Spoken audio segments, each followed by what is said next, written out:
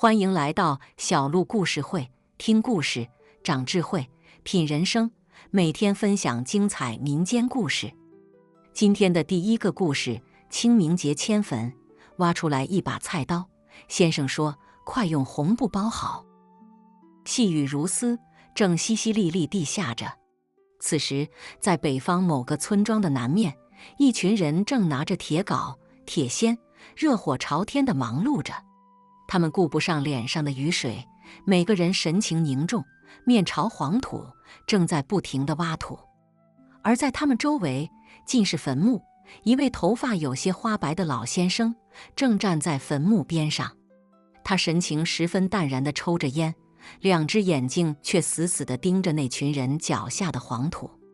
他时不时地看下手中的罗盘，在只有一步距离的周围转悠着，嘴里还时不时地叮嘱那群人注意挖土的力度和角度。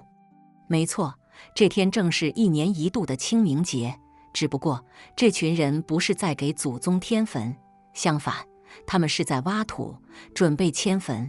而那位白发老者是一位远近闻名的堪舆先生。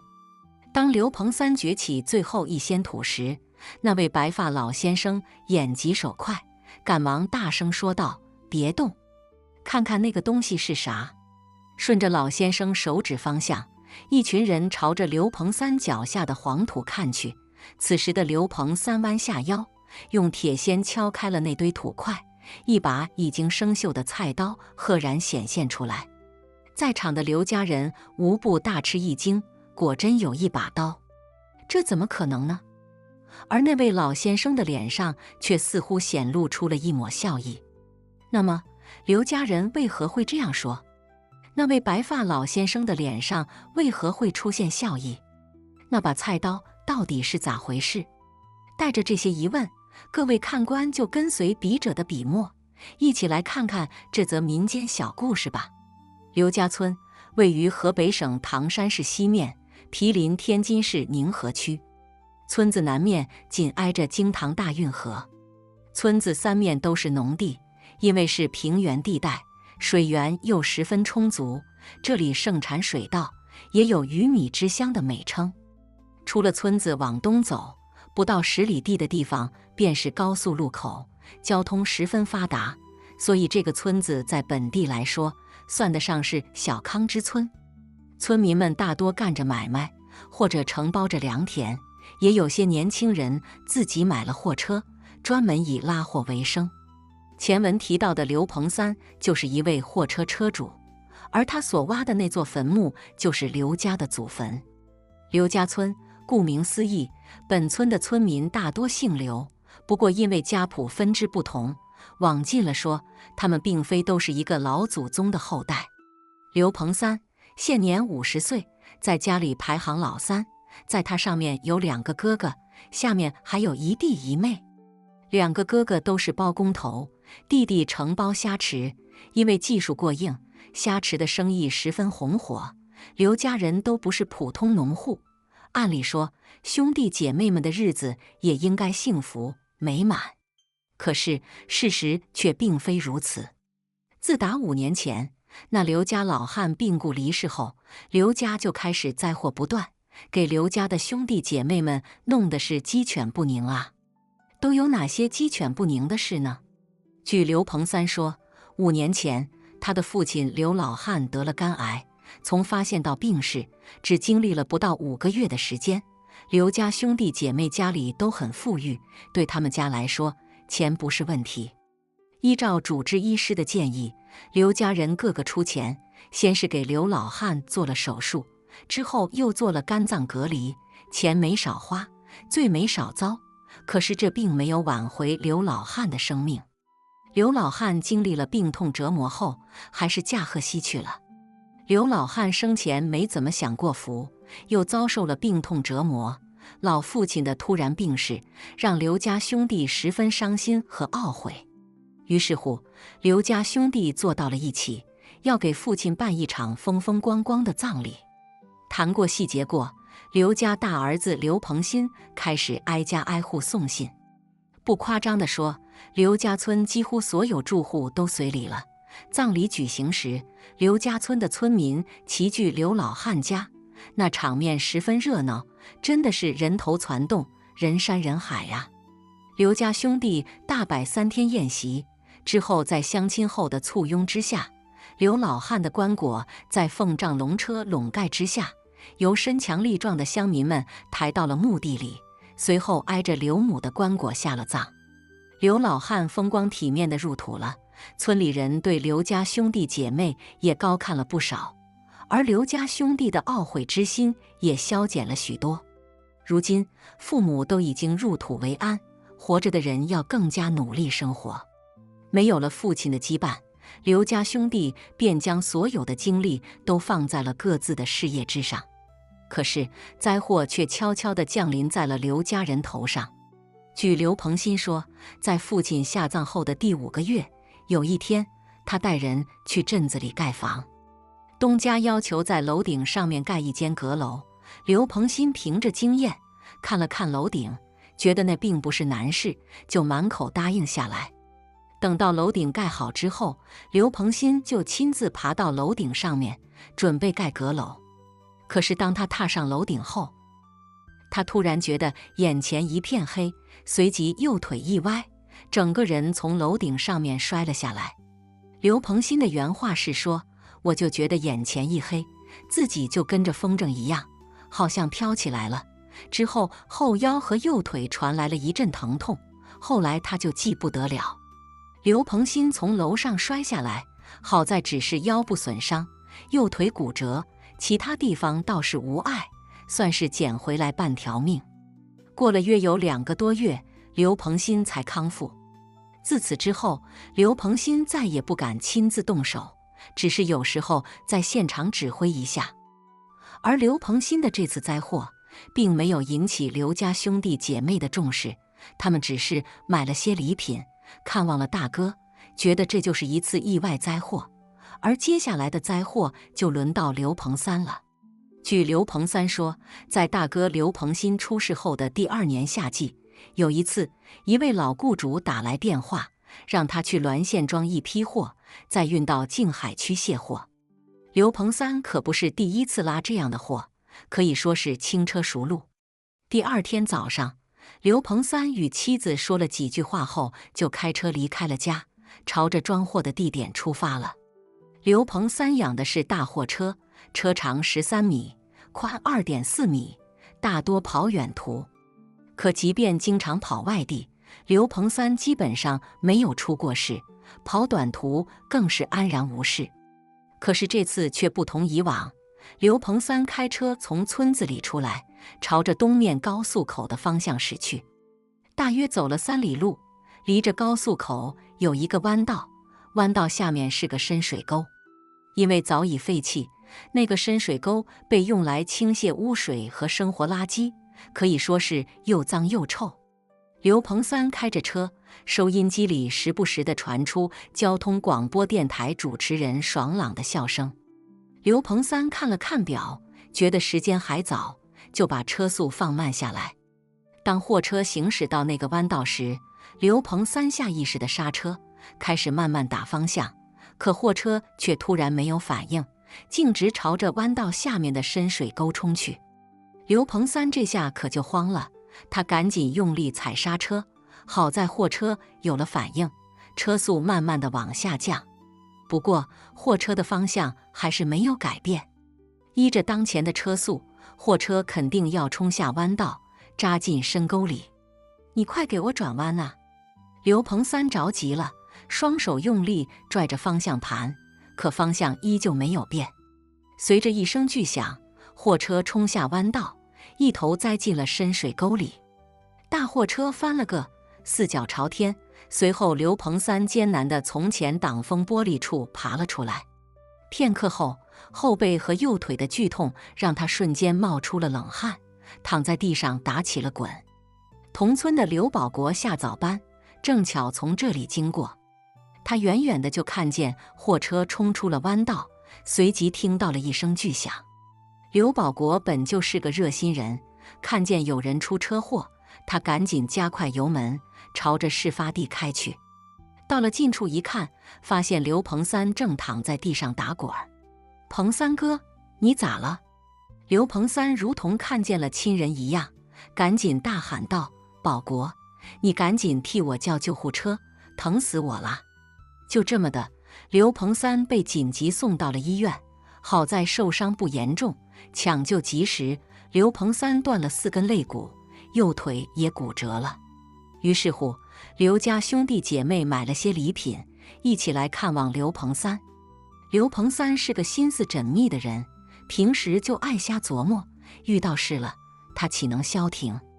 哥，咱俩不到2年的时间，接连出灾祸，这件事不正常啊！刘鹏三感慨道：“你快别瞎琢磨了，好好养伤吧。”刘鹏新没有说话，一旁的妹妹却抢先说道：“四妹，很多事你不懂，我说句不好听的，自从咱爸过世后，大哥干活的时候从房上摔下来了。他是第一天爬高吗？他都爬了一辈子高了，怎么会无缘无故的摔下来呢？大哥，你说呢？”刘鹏三又说道。刘鹏新想了想，说道：“你还别说，我也经常猜疑这件事。那天天气不热，我的血压也没有问题，怎么就突然眼前一黑摔下来了呢？还有老五承包的虾池，之前是赚钱的，为啥最近几年他总是死虾赔钱？难道说老五养了半辈子虾了，现在不会养了？还是说这几年的行情不好？那刘大旺根本就不会养虾，不也年年赚钱吗？难道老五的技术不如刘大旺？”刘鹏三继续说道。刘家兄弟互相看了一眼，竟被刘鹏三说得哑口无言了。还有我都开了多少年车了，天南海北都去过，村外的那个弯道，我活着眼珠子就能开过去，可那天货车就突然不听使唤了。咱们哥几个的遭遇加在一起看，难道不奇怪吗？老三，你是怎么想的？刘鹏三看了看大哥、二哥，小声说道：“咱爸在的时候，我们都好好的，可就在爸没了之后，咱们才接连出事。咱们的房子都没动过，爸的那几间老房子也没动，只有咱家的祖坟动过。我觉着是，呵呵。说了半天，你是怀疑咱家墓地有问题？我说三哥，这都啥年代了，你思想咋还这么落后呢？你这不是找乐子吗？”妹妹不屑地说道：“宁信其有，不信其无，小心驶得万年船，我就觉得有关系。老三，你先养伤吧，等你好了，咱们再商量。”关键时刻，刘鹏新发言了，哥几个也都没说话，这件事暂时就过去了。刘鹏三经历了漫长的3个月，肋骨和腿伤终于痊愈了，而在休养期间，他托人四处寻找懂堪舆的高人，在刘大旺的打听之下，就找到了开篇提到的那位老先生。老先生姓张，祖籍山东枣庄，年幼时跟随父母移居唐山市某县。其父熟知天文、地理、八卦、五行，是个德才兼备的堪舆大家。张先生有悟性，对堪舆十分感兴趣，其父就将自己的学识传授给了他。张先生不负父亲的厚望，30岁开始，他继承了父亲的衣钵，帮着父老乡亲看事，名声很快传了出去。张先生所在的县城离着刘家村约有80里路。刘大旺的一位工友与张先生住得近，这才将张先生推荐给了刘鹏三。刘鹏三出院后不久，刘家兄弟就坐在一起开了个会。依着刘鹏三的意思，他是想找块好地方，将祖坟迁出来。妹妹本就不信这些，再者说祖坟有讲究，不能轻易迁坟，所以妹妹不赞同迁坟。不过经过长达1个半小时的会议，刘家人举手表决，表决的结果就是迁坟。虽说妹妹有些气不过，但还是默许了。清明节前2天，刘鹏新和刘鹏三开车请来了张先生。张先生到了刘家墓地，开始在周围查看。他时而面色淡然，时而凝重，刘家人则站在一旁，焦急地等待着结果。过了一会儿，张先生走了过来，轻声说道：“墓里面有铁器。”闻得此言，刘家人大吃一惊：“先生，是什么铁器？”先生喃喃地说道：“依我看，应该是凶器刀。”刀？那接下来该怎么办？清明节当日迁坟，我找地方。那您受累了。2日后，也就是清明节当天，所谓清明时节雨纷纷，只是今年的雨量有些大，从清明节的前一天开始，就下起了中雨，直到凌晨3点多雨才停歇。上午8点多，刘鹏新和刘鹏三将张先生接到了墓地。此时的刘家人已经召集后辈人在此等候。地方我已经找好了，迁坟后你们就将棺椁安葬在那里。现在开始挖吧。张先生说完后，刘家人不管老少，都拿起了铁锨、铁镐，开始挖起土来。雨后的土壤松软了很多，挖起来倒是不怎么费力。张先生站在一旁，目不转睛地看着挖出来的土壤。于是乎，就发生了开篇的那一幕。写到这里，各位看官也应该明白了为啥老先生的脸上会显露出笑意了吧？正如刘家人所震惊的，之前张先生就已经看出来，说坟里面埋着凶器，推测是一把刀。没想到刘家人所挖出来的还真是一把菜刀，应验了张先生的推测，所以刘家人觉得不可思议。张先生则是在洋洋自得。先生，这把生锈的菜刀怎么处理？刘家人问道。快用红布包好，之后埋到大河边上，记住，一定要用新红布。先生说道。刘鹏三不放心，亲自去买红包埋刀。随后，刘家的祖坟迁到了新的地方，整整用了半天的时间。张先生走了，祖宗的棺椁安葬了，刘家人长舒了一口气。不知道是不是与祖坟有关，或者说是与那把菜刀有关，那位老先生没有言明。不过自此之后，刘家兄弟的日子太平了。后来，刘家老五的虾池生意再次好了起来。刘大旺养虾的技术终究还是敌不过刘家老五。刘家妹妹此后不再掺和家事，很少再回家了。至于那把菜刀从何而来，怎么到刘家坟地里的，没有人知道，成了一个不解之谜。今天的第2个故事，女子收留乞丐，乞丐夜里推门而入，乞丐跟我走能保命。杨翠萍家住柳湾，模样长得十分俊俏。18岁那年，杨翠萍经人介绍，嫁给了邻村一个瓦匠。瓦匠名唤李中平，10几岁时爹娘相继离世，好在祖上留下了2间老房子，李中平才不至于挨饿受冻。村里的王三爷是个老瓦匠，他见李中平可怜，便将瓦匠手艺传授给了李中平。李中平感激不已，跟在王三爷身边，用心学习手艺。2年后，李中平学艺有成，开始跟着村里人一起外出干活。慢慢的，李中平手里有了钱，日子总算好了起来。19岁那年，李中平将杨翠萍娶进家门。2人虽说是经人介绍的，不过婚后2个人的感情越来越好，彼此都十分疼爱对方。李中平外出做瓦工活，杨翠萍除了打理家务外，闲暇之余就做些针线活，贴补家用。夫妻同心，2个人的日子是越过越好。话说有一天清晨，李中平吃过早饭后，就跟着村里的工匠们外出干活去了。李中平走后，杨翠萍开始收拾碗筷，打扫房间。做完家务，杨翠萍回到屋里，拿起针线活做了起来。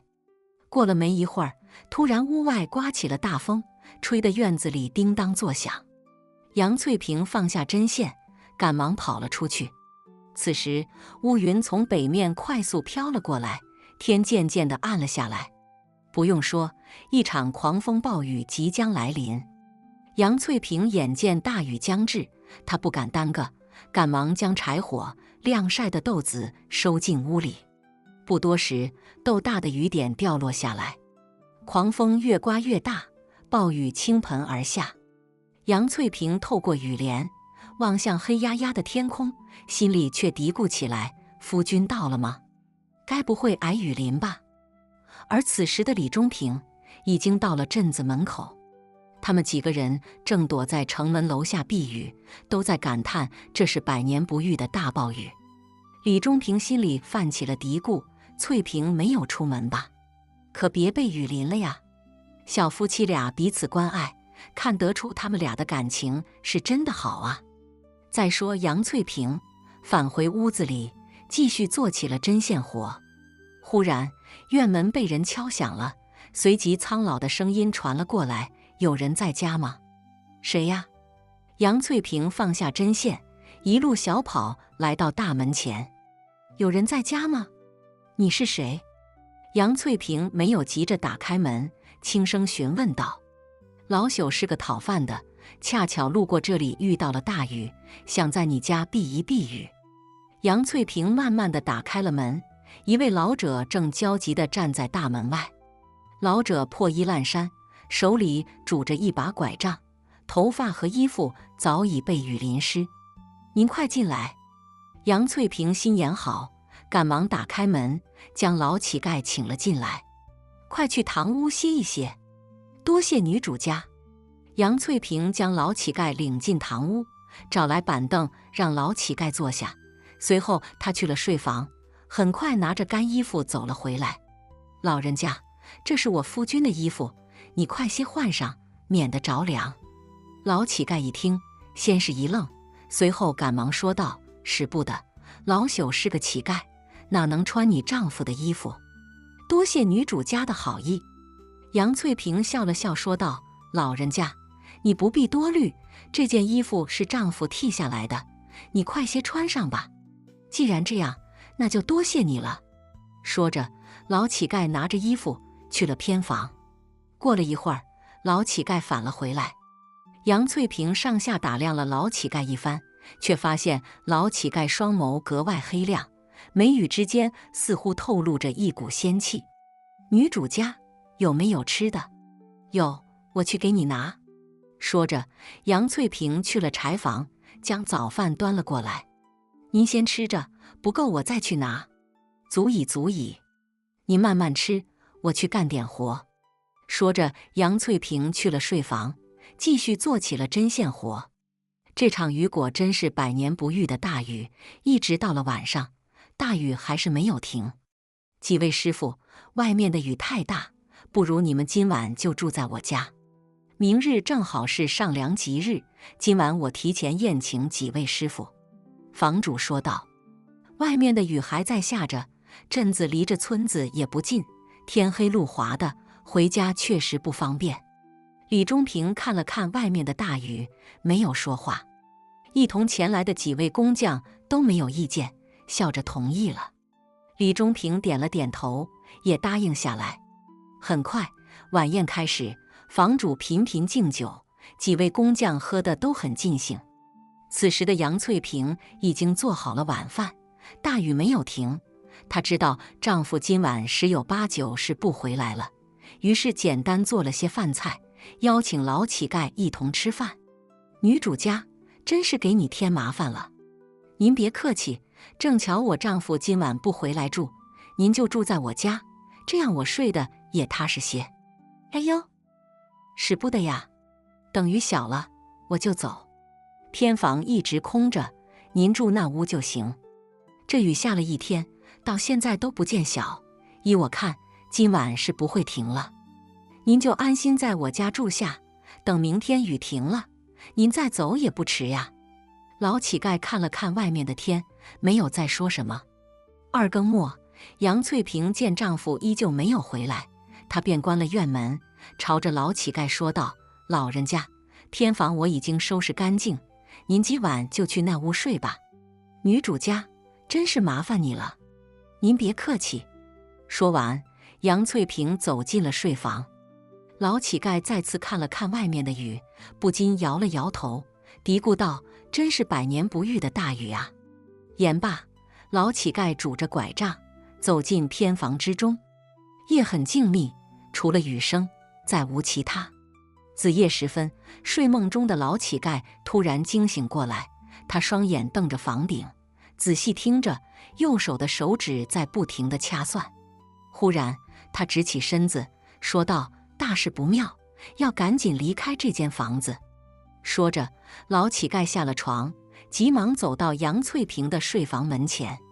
他轻轻敲了一下，里面却没有回应。再耽搁就来不及了。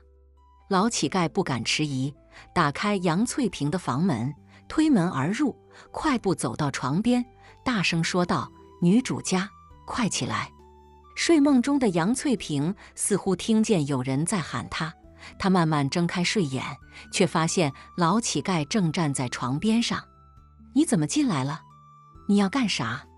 杨翠萍吃了一惊，本能地将被子挡在胸前，面露惊恐之色。“跟我走能保命，再晚就来不及了。”老乞丐说道。杨翠萍见老乞丐一脸严肃，她稍作镇定，赶忙找衣服。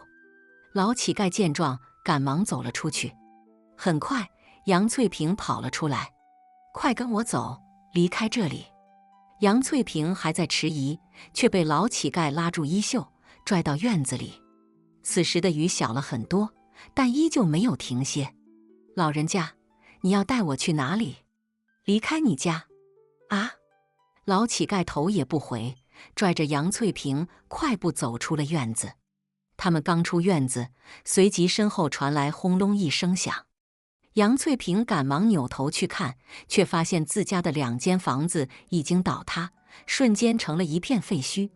还好跑得及时，要不然你我都得埋在废墟里面，哪还有命在这里说话？“老人家，原来你早就知道房子要坍塌，夜闯我房间拽我出来，目的就是要救我呀！救人一命胜造7级浮屠，况且女主家好心收留我在家中避雨，还施舍给我饭菜，你对我有恩，我岂有不救之理？老人家，多谢你救了我！”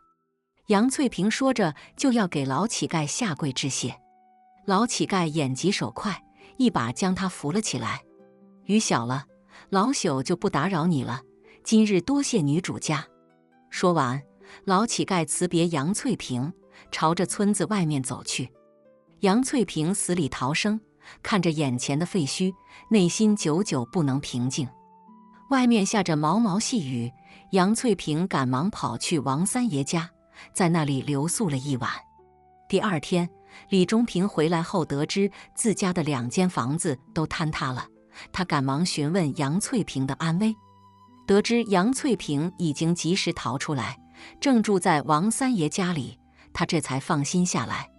几日后，李中平找来工匠，在原地重新盖了2间新房子。新房宽敞结实，再也不会轻易坍塌了。后来，杨翠萍将自己收留乞丐在家中避雨，乞丐夜里救他的事情说给了李中平。李中平吃了一惊，随后叹声说道：“好在你善心收留了那位老人，若非如此，想必你我已经阴阳相隔了。看来你的善心没有白白付出，这就是对你的回报啊。”李中平家的房子是祖上留下来的，年久失修，早就破烂不堪。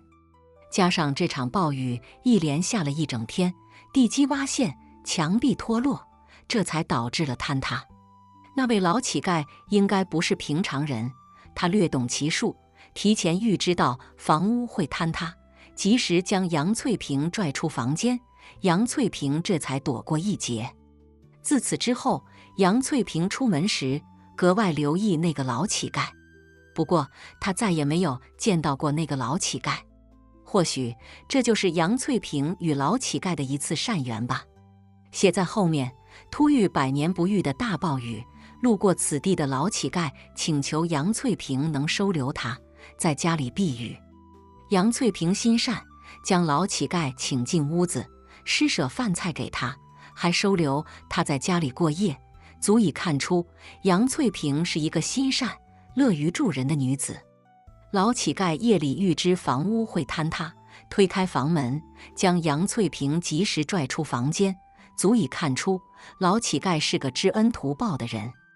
杨翠萍没有被埋在废墟之中，捡回了一条命，这就是杨翠萍救助老乞丐换来的回报。诸位看官，我说的对吗？今天的最后一个故事，小妾产下龙凤胎，员外要休掉正妻，道士儿女不是你的。王子轩家住曹县以北的一个小村庄里。有一年冬季，父亲王孟德去镇上给一户人家做木工活，房东要求苛刻了些，王孟德干活实在，耽搁了时间，收工时有些晚了。想着能早些回到家，王孟德就抄近路走冰，没想到却坠入一个冰窟窿里。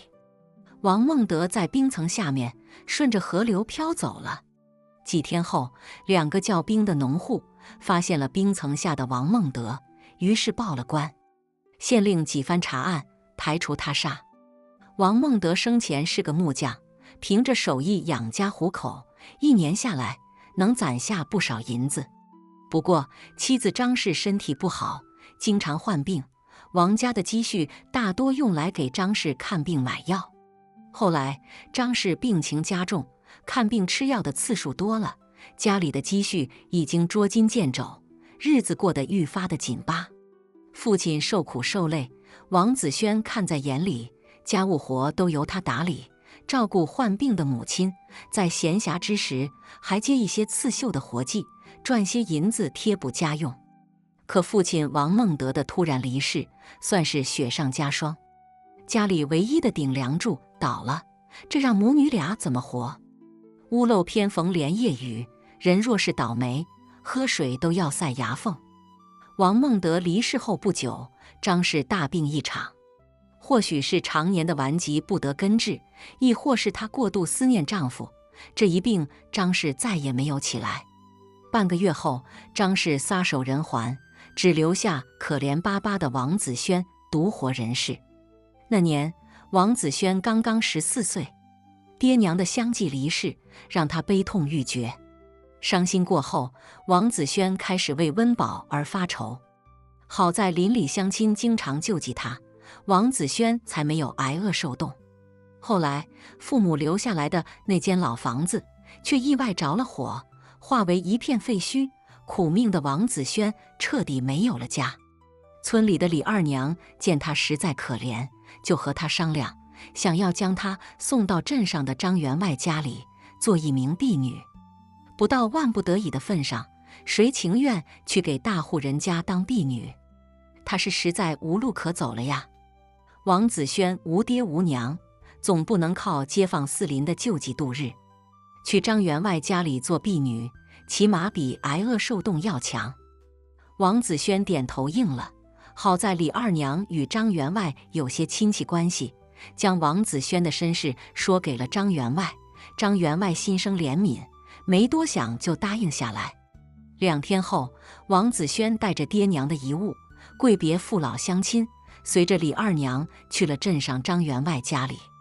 张员外名唤张玉明，早年以做米面起家，家业很大，只是夫人正是体寒，不能生养。张员外已经50多岁，膝下无儿无女，偌大的家业无人继承，让张员外每每想起此事时，总是摇头叹气。正是性子泼辣，心眼小，身边的人都不敢招惹他。张员外则是个厚道明事理的人，即便夫人刁难他，朝他吼闹，他从来不与夫人斤斤计较，处处躲着他，谦让着他。正是也知道丈夫的脾气脾性，即便自己蛮横，但他明白点到为止，做事从不出格。而没有子嗣的事，却是一个解不开的心结，经常困扰着张员外。他曾与郑氏商议过内妾的事，郑氏不悦，张员外也就没有再提起过。王子轩憨厚老实，勤劳能干，到了张家后，深得张员外和郑氏的喜欢。王子轩长相一般，并不是貌美之人，而且为人老实，这让郑氏放下了芥蒂。张员外知道王子轩的身世，看着他如此的朴实善良，张员外对他格外疼爱。王子轩没了爹娘，对于张员外的疼爱，他感激不已，似乎得到了久违的父爱。可他们毕竟不是父女，过分的疼爱避免不了会捂热彼此的心。慢慢的，张员外与王子轩互生情愫，正是早就看在心里。忽有一晚，张员外重提旧事：“夫人，我有事要和你商议一下。”话题起得如此严肃，正是并非愚人，她当然知道丈夫商议的是纳妾之事。她故意不作答，只听着张员外如何说：“我张家这么大的家业，若是没有儿子继承，属实有些可惜，我心有不甘呐。”如正是所想，丈夫所商议的果然是此事。你有何想法？我看王子轩为人憨厚老实，我想，既然你已做决定，那就这么办吧。啊，夫人，他没想到夫人会如此痛快地答应下来，一时之间倒是让他惊愕住了。正是之所以如此，其实也是有原因的。他知道张家家产大，没人继承家业终归是不行的。丈夫总是提纳妾之事，她根本拦不住，纳妾是早晚的事。况且是她体寒不生养，没有给张家添一儿半女，说回来还是愧对张家的。王子轩憨厚朴实，不会挑事，若是将他纳妾，正是也放心，起码不会威胁到自己。所以正是才痛快地答应下来。何时成亲？夫人，你的意思呢？7日如何？听夫人的。纳妾一事就这么成了。第二天一早，正是找到王子轩，将老爷纳妾的事情说了出来。我待你不薄，日后知道该怎么做吧。请夫人放心。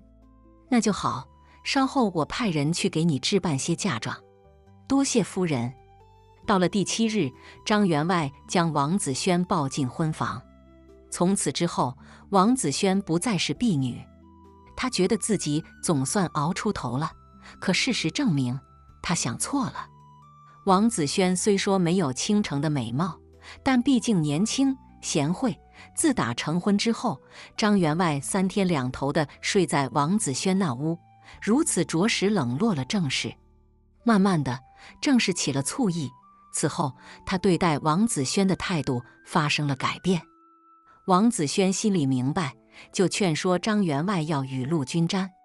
可是张员外抱子心切，哪里会听得进去，往王子轩这里跑得更加勤了。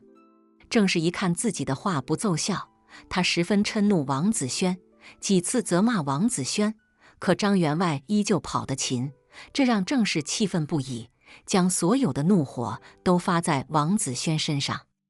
王子轩不敢得罪正氏，也没有告诉张员外，他担心张员外与正氏会吵闹，将委屈咽进了肚子里。正氏可没有宽宏大量的胸怀，丈夫越来越疼爱王子轩，却冷落了自己，对王子轩的说教也越来越不起作用。正是担心地位不保，遂心生一计。忽有一日，他派人接来了自己的亲侄子郑宝平。郑宝平年约22岁，下面还有个妹妹，二人是龙凤胎。据说郑家人多数是龙凤胎，似乎跟家族的基因有关系。郑宝玉的父亲以种田为生，母亲李氏是个田舍妇人，爹娘皆是老实本分的人。可郑宝平却不同，不做劳作，整日游手好闲，经常偷偷地跑来找姑姑要钱。郑氏无儿无女，待郑宝平如同亲儿一般看待，每次都会给郑宝平多拿一些银子，对郑宝平十分宠爱。姑姑，你找我何事？郑氏朝着门外看了看，随即关了门窗。不久后，郑氏找到张员外，说道：“冯氏布店新到了一些绸缎，我想带子轩妹妹去一趟，给她挑些绸缎。”张员外一听笑了，说道：“夫人想得周到，那就快带子轩去吧。”郑氏莞尔一笑，随后带着王子轩走出了张家。穿过几条胡同，姐妹俩来到一处偏僻的住宅前。王子轩有些纳闷：“姐姐，不是去冯家布店吗？怎么到这里来了？”“呵呵，你有所不知，冯家布店的绸缎都放在这里，我们快进去挑选吧。”姐妹俩一前一后走了进去。此时，从屋里走出来一个人，那人不是郑宝玉，又会是谁？“你怎么在这里？”郑宝玉经常去找郑氏，王子轩当然认得他。没等王子轩反应过来，郑宝玉一把抱住王子轩，将他拽进了里屋。王子轩惊恐不已，开始大声呼喊。可是这间房子远离闹市，附近没有人居住。郑氏一脸坏笑，随即关上院门。本是不光彩的事，王子轩没敢告诉张员外，张员外依旧黏着王子轩，这让郑氏怒气倍增。此后，郑氏开始百般刁难，辱骂王子轩。王子轩有把柄在他手里，更加不敢反抗。有一次，郑氏打得王子轩遍体鳞伤，这下激怒了张员外，心中怒火一下子爆发出来：“你若是再这般对待子轩，别怪我休了你！”“什么？我与你是糟糠之妻，你居然为了一个婢女要休掉我？你良心被狗吃了吗？你这般对子轩就是不行，我要休妻！”说着，张员外气汹汹地走了。郑氏十分恼火，坐在床边哭了起来。他对王子轩的怨恨更加深了，觉得之前的做法是对的。此后，郑氏多次带王子轩去挑选绸缎，这让张员外欣慰不少，心想着姐妹俩的关系终于缓和了。事实可并非如此啊！3个月后，王子轩呕吐不止，张员外请来郎中，郎中把脉后，拱手说道：“恭喜张员外，你夫人有喜了。”张员外听闻此话是喜上眉梢，特意让郑氏多给了些银子。此后，张员外更加疼爱呵护王子轩，而郑氏看上去比张员外还要高兴。郑宝玉经常来张家找姑姑，还时常去看望下王子轩。王子轩却从来不理睬郑宝玉。很快，王子轩到了临盆之日，张员外请来镇上的接生婆，与郑氏在屋子外面等候着。张员外搓着手，不停地徘徊，看上去十分焦急。郑氏也是一样。不多时，屋子里传来婴儿的啼哭声，紧接着又有啼哭声传了出来。门外2人的心终于落地了。过了一会儿，接生婆走了出来，恭喜张员外喜得龙凤胎。什么？龙凤胎？说话之时，张员外面带笑容，吃惊地看着接生婆。是的，龙凤胎呀，张员外真是好福气呀！一旁的郑氏惊喜万分，特意裹了一个大红包，塞进接生婆的衣兜里。通知下去，我张府从明日开始连摆3天喜宴。张员外笑着吩咐道。镇上的人得知张员外喜得龙凤胎，都替他高兴，纷纷来张府祝贺。张员外果真连摆3天喜宴，张府上下喜气洋洋，热闹非凡。好生对待孩子，若是有半点差池，我就将你的丑事说给老爷，我看你还有啥脸面苟活人世间。正是严肃地朝着王子轩说道：“你如此对我，你图什么？我自然有所图，你不用管。还有，明日宝玉来，让他看看儿子和女儿。”“你说什么？你怎么如此肯定孩子不是老爷的？”“呵呵，我郑家独有龙凤胎的基因，张家根本就没有出过龙凤胎。你再看女儿的长相，不像宝玉又会像谁？”王子轩知道女儿的长相确实像郑宝玉多一些，起码不像张员外。你这个无耻小人，都是你设下的圈套。说着，王子轩哭了起来。你将孩子带大，我不会亏待你的。说着，正式离开了。很快，小孩子要过满月了。张员外大摆喜宴，张府热闹非凡，前来贺喜的人络绎不绝。一位道士从人群里走了出来，也挤进了张员外家里。道士云游归来，是张员外的一位挚友。他得知张员外喜得龙凤胎，特意赶过来贺喜的。郑宝玉被郑氏请过来帮忙，与郑氏正在屋子里说着话。道士进来后，径直去了张员外的房间。刚走到门口，却发现里面有人正在窃窃私语。道士贴近屋门，仔细听了起来。过了一会儿，张员外走了过来，见道士站在屋子外面，赶忙过去打招呼：“我刚才看了一眼孩子，听人说来了一位道士，我一猜就是你，所以到处找你，没想到你会在屋子外面。”道士微微一笑，拱手说道：“恭喜张兄弟了，贫道想看看孩子，可否？随我来。”道士跟着张员外去了王子轩的房间，两个小孩子还在襁褓里，模样十分可爱。道士看了看孩子的脸庞，不禁摇头苦笑起来。“道兄，你为何摇头苦笑？难道你不为我高兴吗？”道士看了看张员外，又看了看王子轩，问道：“你怕是有难言之隐吧？贫道说出来，对你来说也是一种解脱。如若不然，你怎能对得起你家老爷？他待你不薄啊。”王子轩流下了眼泪，朝着道士点了点头。“既然如此，那贫道就代你说了。”张员外听得一头雾水，刚想询问，道士示意他不要说话，随后说道：“儿女不是你的。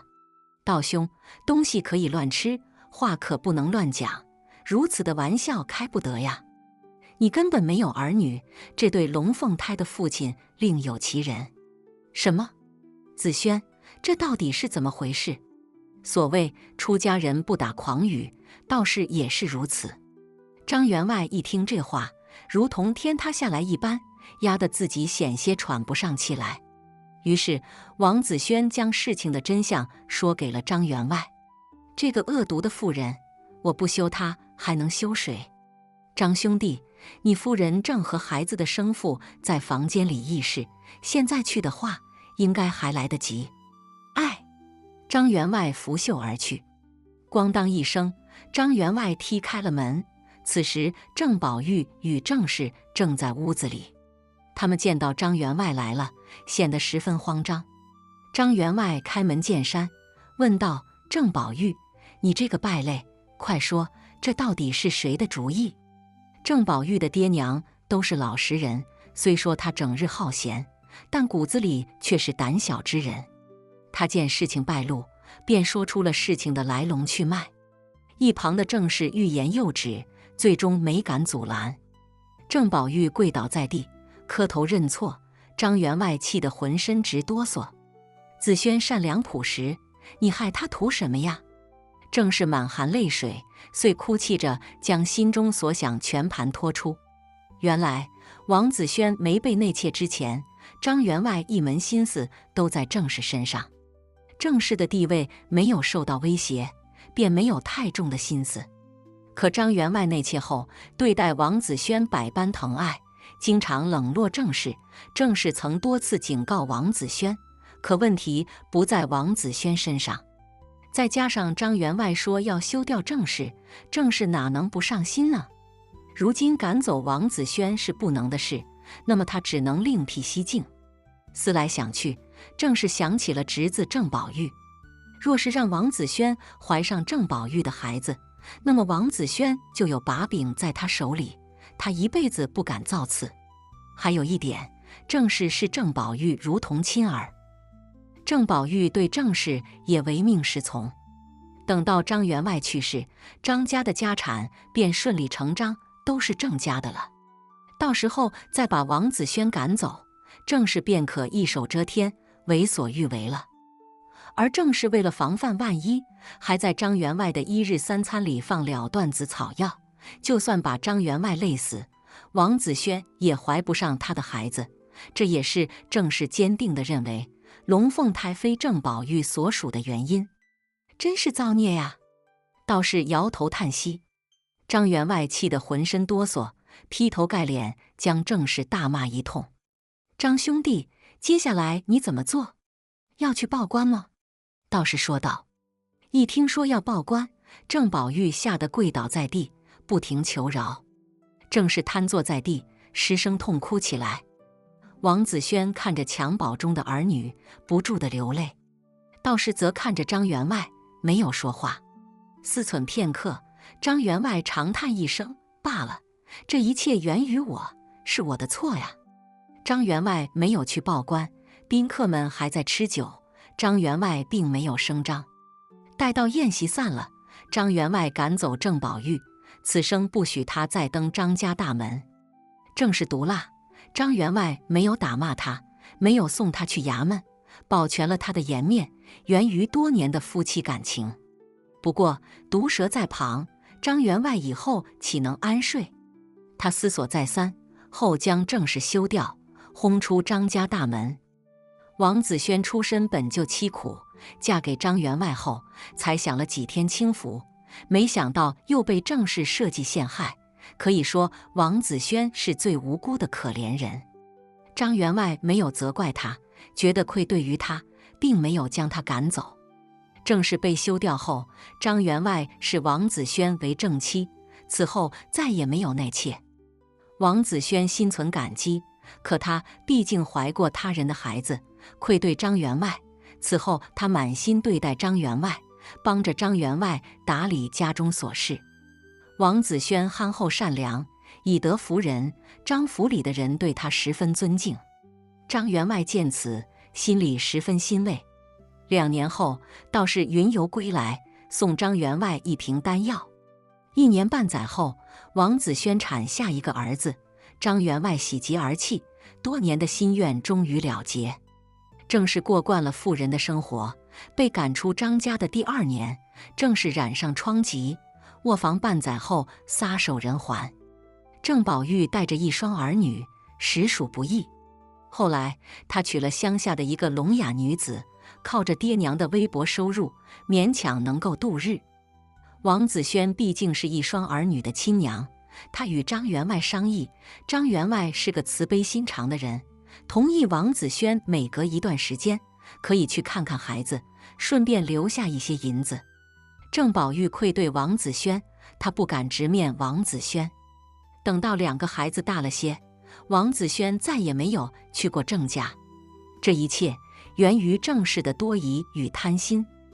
王子轩并没有错，张员外留下他并非袒护，而是王子轩的憨厚善良，深深打动了张员外。